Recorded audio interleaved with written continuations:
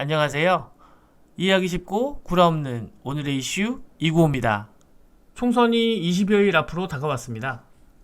전 영상에서 말씀드린 대로 총선은 총선거의 줄임말로 국회의원 선거를 부르는 말입니다. 총선을 앞둔 상황에서 여느 매체에서도 총선과 관련된 보도는 많지 않은 것 같습니다. 코로나19가 모든 이슈를 덮어버린 영향이 가장 크게 작용한 듯 하네요. 그래서 앞으로 다가올 총선과 관련하여 현재까지의 이슈를 총정리해 보겠습니다. 설명하기에 앞서 코로나19 확진자의 완쾌를 기원하며 모든 시민들이 고통받고 있는 지금의 상황이 하루빨리 끝나기를 기원합니다. 방역당국에서는 3월 21일부터 약 15일간이 감염병 확산의 가장 중요한 시기로 보고 있습니다.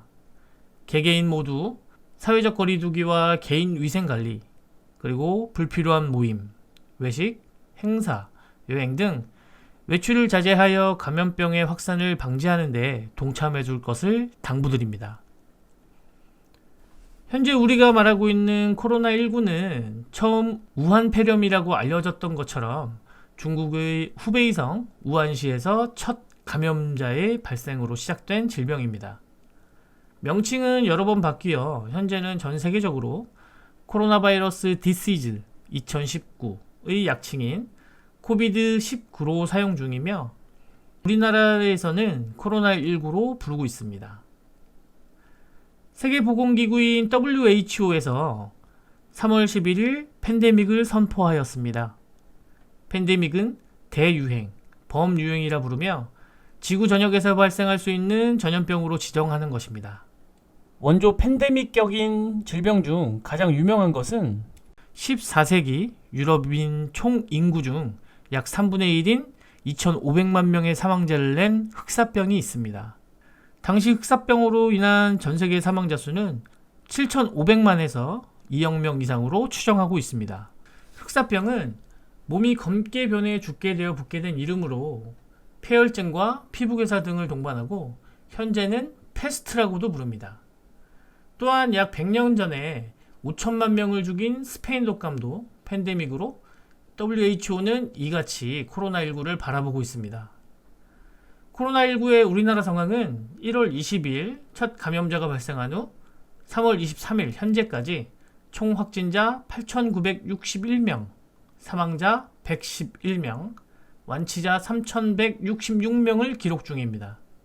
이 중 대구, 경북 지역에서만 약 86%의 확진자가 몰려있고 이 중 신천지 관련 확진자는 약 58%입니다. 또 전 세계적으로 현재까지 확진자의 수로 보면 우리나라는 중국, 이탈리아, 미국, 스페인, 독일, 이란, 프랑스 다음 순으로 8번째에 해당합니다. 이 중 사망자의 숫자로만 보면 현재 이탈리아가 질병의 발원지인 중국을 넘어 총 5,476명으로 가장 많은 상황입니다. 현 상황을 놓고 저처럼 방역당국이 최선을 다해 유능하게 대처하고 있다 생각하시는데 동의하시는 분들도 계실 테고 반대로 무능하다고 생각하시는 분들도 계실 겁니다. 누구나 생각의 차이는 있으니 말이죠.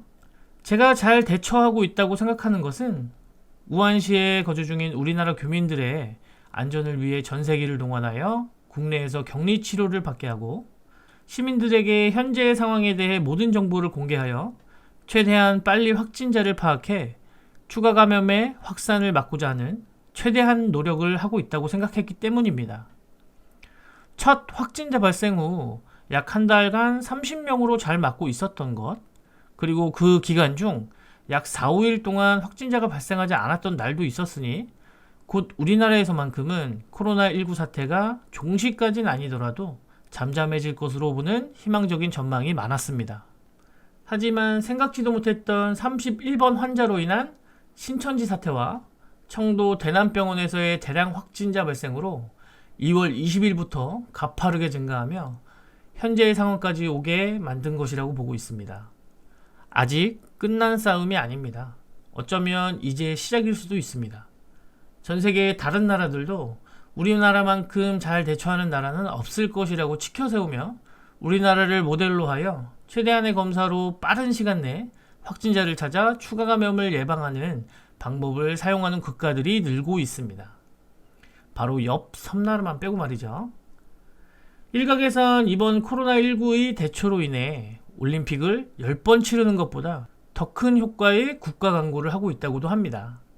앞으로 코로나19 확산이 얼마나 지속될진 모르겠지만 지금도 고생하고 있는 방역당국의 공무원들과 일선에서 코로나19와 싸우고 계시는 의료진 여러분들, 그리고 현 상황에서도 잘 버텨주고 계시는 모든 시민 여러분들께 존경하고 감사의 인사를 드립니다. 현재 일본 내부 상황이 좋지 않습니다. 아베의 벚꽃 스캔들과 주위 관료들의 불법행위 등으로 지지율은 곤두박질치고 일본 내 경제 상황은 더더욱 파국을 향해 달려가고 있습니다. 일본의 현재 국가부채는 GDP, 국내 총생산 대비 약 220%로 전 세계에서 가장 높은 부채를 가지고 있습니다. 우리나라가 대략 39%이고 OECD 국가 평균이 110% 정도이니 일본은 우리나라의 6배, OECD 평균보다 2배 정도 많은 국가 부채를 갖고 있는 상황입니다. 일본의 구구파들은 자국 내 상황이 나빠질 경우엔 꼭 하는 짓들이 있습니다. 바로 혐한 감정을 일으켜 내부의 문제를 우리나라를 통해 풀려고 하는 것이죠. 좋은 전략이긴 합니다. 내부의 문제를 외부적으로 해결한다. 이슈를 이슈로 덮는다. 정치 쪽에 큰일이 일어나면 연예계의 이슈 등으로 덮인다이고, 아직까지 우리나라의 일부 세력들은 문제가 생기면 항상 북핵, 북한 미사일, 빨갱이 등을 이용해 해결하려고 했으니 말이죠. 일례로 일본에서 1923년 발생한 관동 대지진은 리히터 규모 약 8.0의 본지진과 6.0 이상의 여진이 약 15회 이상 지속되는 등 이 지진으로 일본인 약 10만에서 14만 명 이상이 사망하였고 10만 채 이상의 건물이 파괴되는 등 당시 일본의 GDP에 3분의 1 정도의 피해액이 발생한 지진으로 인해 일본 정부에 대한 자국민들의 민심이 크게 나빠지게 되었습니다. 그때 지진으로 인한 국민들의 불만과 분노를 다른 곳으로 향하게 하기 위해 쓴 방법이 바로 일본 내 조선인들에 대한 유언비어였습니다. 일본 정부의 관영 매체인 매일신보를 통해 일본 내 조선인들이 지진을 틈타 폭동을 조장하고 있다는 기사와 함께 일본인 사이에서는 조선인들이 우물에 독을 풀었다, 조선인들이 일본에 지진이 나도록 저주하는 기도를 했다는 등 괴소문이 퍼지며 일본 내의 조선인에 대한 반감을 고조시켰습니다. 이로 인해 일본인들은 스스로 자경단을 만들어 조선인들을 학살하였습니다. 학살이 얼마나 잔혹했는지 조선인들을 밧줄로 묶어 물에 던지고 살려고 올라오는 사람들의 머리를 도끼로 내려 찍어 죽이고, 어떤 이들은 기름을 부어 불에 태워 죽이고, 여성을 강간하고, 임산부는 배에 칼을 찔러 죽이는 등 이런 새끼들입니다. 그리고 이번 코로나19 이슈를 잠재우기 위해 코로나19의 확산을 방지한다는 핑계로 우리나라에 발급된 비자를 무효화하고 입국을 금지하여 우리나라 모든 시민과 정부를 분노케 하고, 이렇게 분노한 모습들을 자국민에게 노출시켜 혐한 감정을 부추기기 위한 술수를 부리는 등 항상 모든 문제를 혐한으로 풀어가려고 합니다. 일본 내에서는 또 가장 잘 먹히는 이슈이기도 하죠. 현재 일본이 가장 중요하게 생각하는 건 올해 있을 도쿄 올림픽일 겁니다. 이번 올림픽은 일본 아베 정권에서 2011년 발생한 동일본 대지진을 자신의 정권이 잘 수습하였고 사람도 다시 들어와 살 수 있는 것처럼 다 극복하고 복구한 것처럼 전 세계에 선전하고 자국의 국민들을 선동하는 목적으로 사용하려고 했고, 또 올림픽 효과로 관광객을 통해 침체된 자국 내 경제도 활성화시킬 목적이었습니다. 그런데 코로나19의 전 세계 확산으로 인해 올림픽이 취소되거나 연기될 가능성이 더욱 커졌기 때문에 현재 아베 정권은 이러지도 저러지도 못하는 상황에 놓여 있습니다. 이번에 만약 또 취소가 된다면 1940년 전쟁으로 취소된 이후 올림픽이 2번 취소된 첫 번째 국가로 기록될 것입니다. 그동안 일본은 올림픽을 위해 코로나19의 확진자 수를 감추려 우리나라와는 정반대의 행보를 보였습니다. 최대한 검사를 하지 않아 확진자가 적은 것처럼 눈속임을 한 것이죠. 이러한 일본 정부의 행태에도 언론들은 비판은커녕 옹호하는 기사나 쓰고, 이러한 언론들로 인해 일본 국민들은 아무것도 모르고 선동당하고 있습니다. 지금은 어떻게든 막고 있지만 걷잡을 수 없이 확진자 수가 늘어나면 그땐 아마도 우리나라의 감염자가 확산의 주범일 거라고 얘기할 겁니다.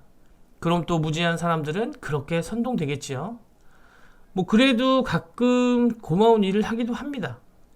작년에 있었던 수출 규제 조치로 인해 항상 우리나라는 작고 힘없는 국가라고 생각해오던 사람들에게 우리나라가 얼마나 강하고 힘 있는 나라인지 잘 알려주었고, 우리나라에 아직도 친일파가 이렇게나 많이 있다는 걸 알려준 계기가 되었으니 말이죠. 땡큐 아베.